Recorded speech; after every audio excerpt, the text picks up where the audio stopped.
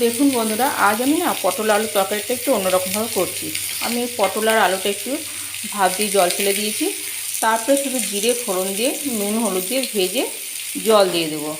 এদিকে একটা মশলা করে নিয়েছি। এই যে এখানে একটা মশলা, এখানে তেজপাতা, জিরে, একটা এলাচ, একটু দারচিনি, একটা লবঙ্গ একটু তেলে ভেজে নিয়েছি। এটাকে আমি কাঁচা লঙ্কা আর এই মশলাটা দিয়ে ভালো করে বেটে নেব। দেখো, এটা ভালো মতন ভাজা হয়ে গেছে। এবার পরিমাণ মতো ঝোলের জন্য জল দেব।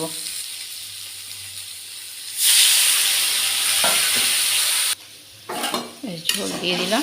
এবার এটা ভালো মতন ফুটবে। দেখো, পটল আলুর তরকারিটা এবার আমার হয়ে গেছে।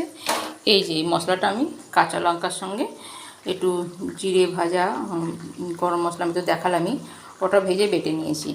এটা না আমি এক বাংলাদেশের কাকু কাকিমা আমাদের বাড়িতে বহু বছর আগে ভাড়া এসেছিলেন, দেখতাম উনি না এইভাবে রান্না করতো, বেশ খুব সুন্দর স্বাদ হতো। কিন্তু এইভাবে বন্ধুরা করে খেয়ে দেখবেন, বেশ ভালোই হয়।